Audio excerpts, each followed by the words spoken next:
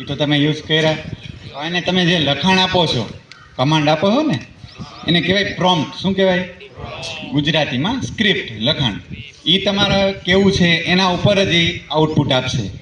એટલે અત્યારે એના ઉપર 3-6 મહિનાના કોર્સ થવા માંડ્યા છે પ્રોમ્પ્ટ એન્જિનિયરિંગ પર. એનું પ્રોમ્પ્ટ સારું લખાણ, શબ્દ એ સારું કામ આપે. તમે જોયું હે અમુક બહુ સરસ મૂકે પોસ્ટરને હાથે, તો એ જે પ્રોમ્પ્ટ ઉપર જેની પકડ હશે, અવનવા શબ્દો હશે, તેવું આઉટપુટ આપશે. બરાબર. એમાં મેન આપણે જોઈએ કે પ્રોમ્પ્ટ બનાવવા માટે ધ્યાન શું રાખવું પડે. એક તો મેન રોલ. માનો કે તમે આપણે એક્ઝામ્પલ લઈએ, ગૂગલ જેમિનાઈ યુઝ કરો તો એને કહી દેવાનું કે તમારો રોલ સ્પેસિફિક એક્સપર્ટ, તમે આ ફિલ્ડના એક્સપર્ટ છો. વાયરમેન છે તો તમે એને કહી દેવાનું કે તમે એઝ અ વાયરમેન ટેકનિશિયન છો. એવું તમારે રોલ એને ડિફાઇન કરી દેવાનો. શું કરવાનું? ફર્સ્ટ 4 સ્ટેપ યાદ જ રાખવાના. રોલ ડિફાઇન કરી દેવાનો. શું કરવાનું?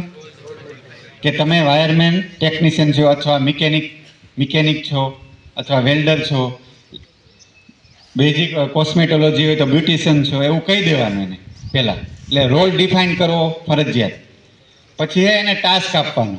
માનો કે વેલ્ડર છે, આર્ક વેલ્ડિંગની માહિતી જોઈએ છે, તો એને ટાસ્ક આપવા માટે કે આ કામ જ જોઈએ છે પર્ટિક્યુલર મારે, તો તમે જેટલું કહેશો એટલું જ આઉટપુટ આપશે.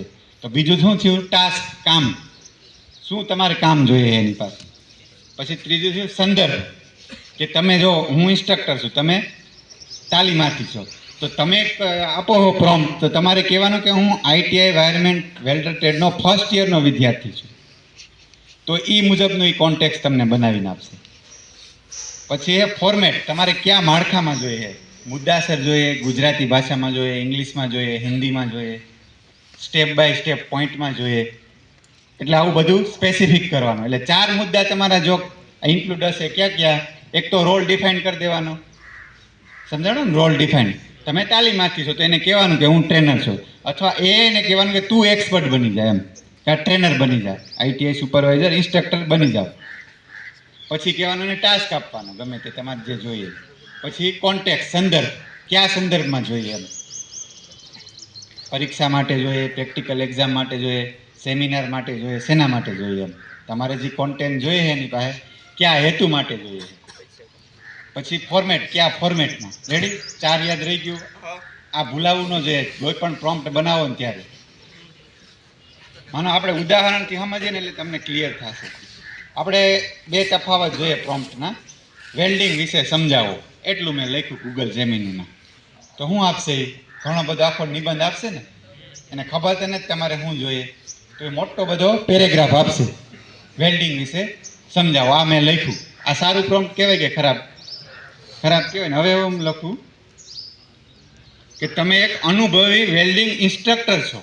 એઆઈને જ કહી દેવાનું કે તમે ઇન્સ્ટ્રક્ટર બની જાઓ. મારે આવતીકાલે આર્ક વેલ્ડિંગનો પ્રેક્ટિકલ છે. મને તેમાં રાખવી પડતી મુખ્ય સેફ્ટી ટિપ્સ એક યાદી સ્વરૂપે ગુજરાતીમાં આપો. આ રીતે બધા ટ્રેડ પોતપોતાનો ટ્રેડ નાખી અને બનાવી શકે ને, કોપા, વાયરમેન, ઈટી બધા. તો 2 પ્રોમ્પ્ટમાંથી મજબૂત પ્રોમ્પ્ટ કયું થયું? આ બીજું બોલ્યો એ થયો ને, કે અનુભવી વેલ્ડિંગ ઇન્સ્ટ્રક્ટર છો, મારે આવતીકાલે આર્ક વેલ્ડિંગનો પ્રેક્ટિકલ છે, તો એમાં રાખવી પડતી સેફ્ટી ટિપ્સ આપો. કોન્ટેક્ટ બની ગયો, રોલ આવી ગયો, ટાસ્ક આવી ગયો, બધું આવી ગયું ને. 4 મુદ્દા. તો આ 4 મુદ્દાને આવડીને તમે ગમે તે પ્રોમ્પ્ટ આપશો તો કમ્પ્લીટ થશે.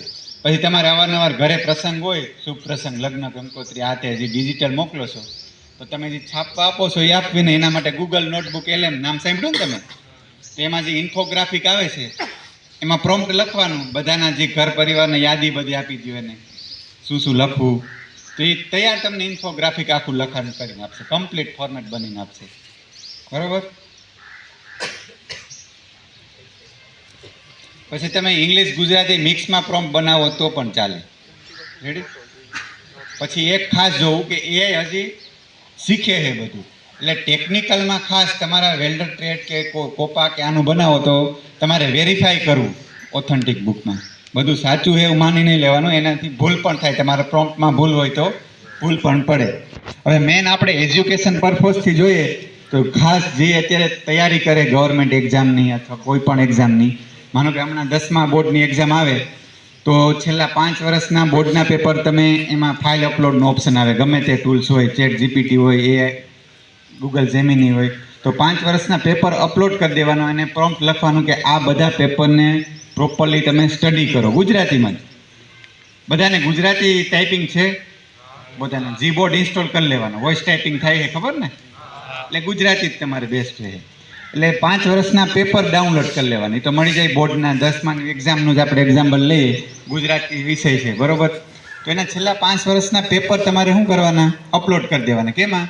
ગૂગલ જેમિનાઈનું એક્ઝામ્પલ લઈએ, એમાં 5 વર્ષના બોર્ડના પેપર જે છેલ્લા વર્ષ લીધેલા છે એ અપલોડ કરી દેવાના. એને કહેવાનું કે આનું એનાલિસિસ પ્રોપર કરો, આને સ્ટડી કરો. ને હવે મારે 2026માં હમણાં એક્ઝામ છે બોર્ડની, તો તમે આ પૂર્વ પેપરના અનુમાને હવે મારે એક્ઝામમાં કયા કયા પ્રશ્નો આવી શકે, શક્યતા, નિબંધ ક્યાં આવે, તો એ છેલ્લા 5 વર્ષના નિબંધ, પત્રલેખનનું એનાલિસિસ કરી ને 2026માં કયા પ્રશ્ન આવશે એ તમને સંભવિત આખું પેપર બનાવીને આપશે. એ તમે જાશો ને તો 50 થી 40 માર્ક્સ તો તમને બેઠા એમાંથી આવે, એ રીતનું એનાલિસિસ કરીને આપશે એમ. એ રીતે કોઈ પણ એક્ઝામ, પોલીસ કોન્સ્ટેબલ હોય, અગ્નિવીર હોય, અને છેલ્લા પેપર તમે અપલોડ કરી અને એનો યુઝ કરો તો ભવિષ્યમાં આવનાર પેટર્ન તમને સમજાવી શકે બરાબર. બાકી ઇન્ફોગ્રાફિક આ તે એ બધું તો તમે જાણો જ છો. મેન શું યાદ રાખવાનું પ્રોમ્પ્ટ એન્જિનિયરિંગમાં?